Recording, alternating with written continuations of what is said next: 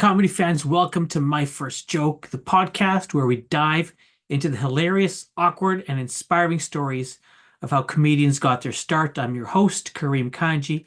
Today, I'm joined by Michi, one of the funniest people you'll ever meet. Now, before we get started, don't forget to subscribe to My First Joke wherever you listen to podcasts. If you enjoy what you hear, share it with your friends, leave a review, and hit us up with those 5 stars. And if you want to stay in the loop, follow me on Instagram at Kareem Kanji. All right, let's get into it. Here's my conversation with the funny and talented Michi. Michi, thank you so much for joining me. How are you today? So excited to be here. Thank you so much for having me. It's lovely that you invited me. Yeah, no, thank you so much. So let me ask you this right off the top. What inspired you to start out and get started and try this thing? Trauma, of course. Oh, Heavy trauma. Heavy trauma. All good things. I was going through an extremely difficult time in my life. I had the trifecta happen. When three bad things happen at the same time. uh-huh. So in the span of 30 days, I had three horrible things happen. My fiance left me. I was Oh, let go from my job, and my mom was diagnosed with cancer. So it was very hard. And sometimes in life, when you're in that space, you're like, well, I have nothing to lose at this point. And I had been talking about stand up for years and years. yeah. And I've always loved stand up since I was a child. I remember as a child watching stand up with my parents. But it was about 5 years before I started that I has been kind of verbalizing, hey, I would think I would like to try stand up. And I would drag my friends out to see shows. And I'm like, I could do that, but I'd be too scared. So at this Yeah. time, my friend says, hey, I saw just down the street from us an open mic. Why don't we go? Because, I was very depressed and everything. And I was like, Oh, I have nothing to lose. So we went to open mic. And of course, like all comedians, I went and I saw the open mic the first time. I didn't perform. I just watched. And yeah. I was like, oh my God, they're horrible. I can do better than them. You know, I can do so much better than them. And so I went back the next week and then I went on stage for the first time. Wow. Yeah. And do you remember your first joke? In that first Or the set, that first the first, first joke first, you ever first, remember? first, Yeah. I don't remember the first set, what I did that first day. And I wish that I had the exact date as well. I don't, I just have an idea. I know it was like October 2022. I don't know the exact date, but I do remember the second time that I, Okay. I went up. And the second time, it was so funny because I had been writing and I did this joke, which was really a story about how I had come back to Toronto because I was living abroad. Okay. And my friend took me to try Ontario wine, which was a new thing because when I left Canada, Ontario wine didn't exist, right? Okay. And so at the time, I was living in Chile and had become a wine snob because wine in Chile is incredible. So I go and I start telling the story about how my friend takes me to I think it's Peller Estates, it's called something like that, this winery in Niagara. And she's like, try this. And I'm like, this is cute, but this is not wine. I'm like, I don't know we're drinking grape juice right now. I don't know what this is, you know? Oh, So, and so I tried to tell this story as a joke and I'm going on and about wine. And when I was done, the host was like, wow, that was a full TED talk on wine. I know so much now. I was like, so there was no punchline, there was no joke. It was just me going on for like 3 minutes about wine. It was terrible. But I mean, I think oh wow. that's how we all start with like this. We have an idea what we want to say, but we don't Yeah. translate telling a story and making friends laugh at a dinner table to doing stand up, which is a transition. Now, my favorite joke that I did, which was I think my first joke, and this joke is so hack, but I still love it because I think it really is the perfect example of my type of humor because it's very silly and dumb and it's very much like a dad joke, but I've always loved that. I loved that since I was a little girl. And the joke is came from an actual conversation I had. And so the joke is that I'm seeing a nutritionist, she's working with me, she sent me a meal plan and she asked me, "What did you think of it?" And I told her, "I don't know. I haven't digested it yet." You know, boom, terrible joke, but I love it. I love it because it's so cheesy, you know, and it's like that was the first joke that I wrote that I thought, oh, this is me. I'm not gonna make it far in my career. That is funny. So, I mean, Michi, you said off the beginning that trauma sort of pushed you into this thing, Yeah. but you're very, I guess, like right now, and some of the videos I've seen on Instagram and such, very bubbly, very happy, very like, is that tell me about it. Has it helped you? What is comedy to you now? Yeah, no. Well, shout out to my therapist. What? Well, I think I'm very grateful because when all those things happen, it really was this kind of crossroad. And in life, there's so many times when you'll be at a crossroad, and there's the path that you can take, and one path can be one that's a path that will lead you toward healing and spirituality and your mission, and the Hmm. other path is going to lead you towards repeating the cycle again and trying another time to learn the lesson. And I think I feel very grateful that from that really, really hard moment in my life, I was able to create something very, very beautiful. And that for me has been extremely healing.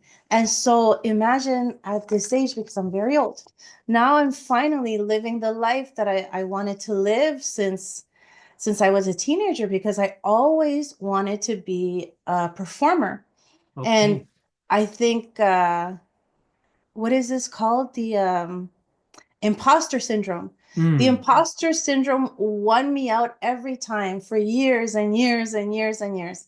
And it was reaching that point where it's like I have nothing to lose. Like I don't care anymore anything. It's like my life is just, I'm so unhappy. Let me Oh. just try something. And then I did it, and I loved it, and it gave me so much purpose, and it made the pain that I was going through bearable, because in a way it was a distraction, but that distraction was actually healing me and strengthening me, where today I feel very, very grateful, and I aspire. The reason why I talk about these things is because I aspire in some way to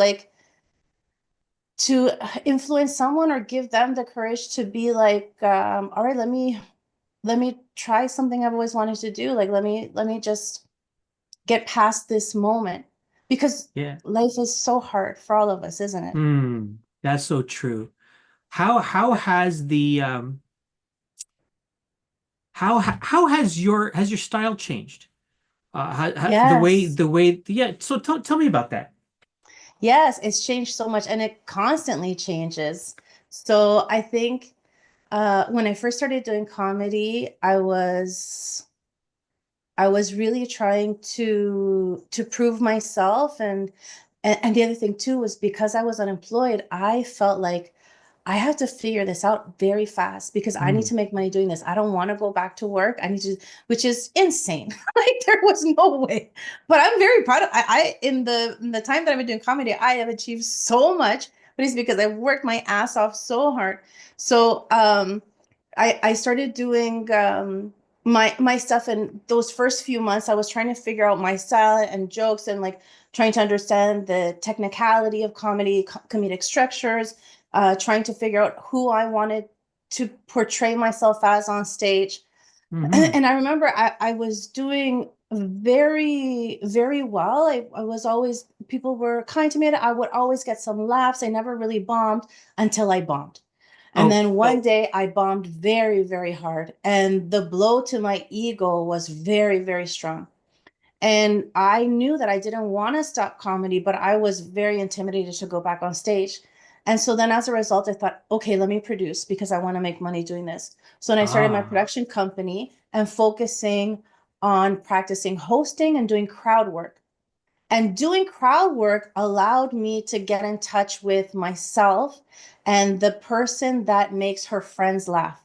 And so, because I knew that I wanted to recreate that feeling that I have with someone one on one where they're like belly laughing and like, how do I do that on stage? How do I? And so that allowed me to learn more. And so that shifted my focus. Then, as I became more confident with hosting and producing, I went back to doing stand up. And now I was incorporating this new set of skills.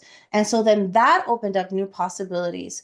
And then once I was starting to get better technically and more confident on stage and had more presence and a stronger cadence, then I'm like, okay, let me shift in terms of topics. And so now I talk more about being a mom and doing, it's not just about being single and dating. Now it's like being a mom and at work and like my family and being Latina.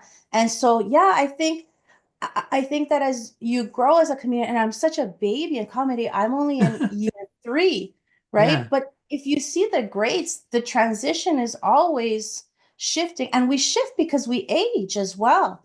I Hmm. mean, you look at Chappelle, I think Chappelle has Experience. a very strong style, Yeah. but his topics change, and his focus, and like I think you've seen that with everybody. So the thing with comedy is I find it, and it might be just the way I started, but we're out here trying to make other people happy, trying to brighten their day. Our job is to give them a good show. And I think I heard somebody else talking, I think it was Mickey Dykeman who was talking about this, that really comedy is not about us. And I couldn't agree more. It's not about us. We have a job, and our job is for the few minutes that we're on stage Hmm. to make somebody's day. That's our job. And for me, I feel like comedy has been such a personal introspection about getting to know myself and loving myself and feeling comfortable enough to share a very personal side of me to the world. Because every time I go up there and I share a joke or share my thoughts, I'm opening up myself to rejection. So for me, I think it's very, very personal, but I do it with the purest heart, just thinking, I hope they like it. I Yeah. really hope they like it. And if they don't, well, fuck you.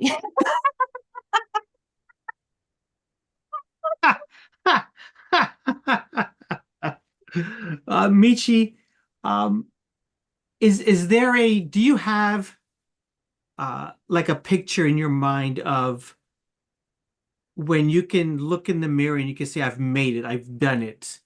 Or is it a journey? Is it just being able to pay your bills? Like, what is it for you where okay, I've done it, I've made it, here we go. I'm so excited to answer this question. So, when I started, I had bought tickets to go and see what's this guy's name? The Baby J comedian. The one that was doing a lot of, well, they're all doing a lot of drugs. What's this guy named SNL guy? Very handsome. He looks like old school, but he's young. Can't remember. Anyways, he does the Oh, Baby J yeah, special. yeah, yeah. He's with all the It's tattoos that he's getting removed now. maybe. Oh my. Anyways, Maybe we'll tell I'll start. I'll listeners. have a memory fart. I'll be like, oh, the guy, right? Yeah, yeah, So yeah. I got tickets to go see this guy with my fiance. We were supposed to go together, and we had chosen that comedian because I thought that guy was more his style, not my style. Okay. So of course, my Oh, fiance John leaves me. Mulaney. Is it John John Mulaney? Mulaney, bravo, Mulaney, that's the one. So I have tickets to see Mulaney. I'm supposed to go with my fiance. He ends the relationship. And then I was like, oh my God. I had just started doing comedy, and there was this girl that I saw perform, and I thought she was absolutely amazing. And I didn't have any friends either because I had foolishly just gotten so deep in this relationship and totally ignored everything else. And it was very, very unhealthy. So I'm like, I asked this girl that I had just met, she was a comic as well, to come with me to Simulani. Of course, she's not stupid. She's like, let's go. So we're sitting in Scotiabank Arena and we're just talking about comedy. And I told her, I'm like, let's do a pinky promise. Whoever makes it first to open up Scotiabank Arena to do it to headline here brings the other one to open. And she's like, okay, I promise. Since then, she's dropped out comedy, but still, for me, I have those tickets and I dream constantly. I have that vision in my mind of headlining Scotiabank Arena. And All right. then whoever's sitting in those seats, I'm just going to put the spotlight in them and tell them the story and be like, you're sitting in the seat where I made that promise so many years ago. So for Nice. me, the moment when I make it will be that moment. when I get to headline at Scotiabank All Arena. right. And now you've said it on this podcast. It Yeah. is going to be recorded in history forever. So, Michi, you're going to have to do it. No choice Yeah. now. No, no choice whatsoever. I have to. Absolutely. I want it so badly. I dream about it all the time. Nice. Well, all the best to you. And here's hoping Thanks. that comes true for you, Michi. Where if people want to follow you, your career, your jokes, maybe one day you come by and see one of your shows. Where's the best place? Seriously Michi is my handle, and it's that across your all the different platforms. So just seriously and then MICHI all together. I also, as a producer, have my production company, which is called Maracas Media. And Maracas Media is created to promote stand-up comedy to the Latinos in the city, but also to promote the Latino culture and stand-up comedy. So I definitely suggest that you follow Maracas Media, because there you can see not only my stuff, but the stuff of many other comedians in the city, and come to one of our ha ha ha shows. All right. Michi, this has been great. Everyone, thanks for tuning in to this episode of My First Joke. I hope you had as much fun listening as I had chatting with Michi. If you enjoyed the show, remember, subscribe to My First Joke wherever you listen to podcasts so you never miss an episode.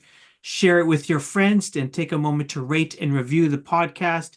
And like Michi said, if you don't give it 5 stars, fuck you. Right? My name 100%. My name is Kareem Kanji. Until next time, remember, Remember that when you've lost hope in everything, there's no better time than to try something you've always wanted to do. So just go for it. Michi, thank you so much. This has been fun. Thank you. I've loved it too. Best of luck to you, Kareem. Thank you.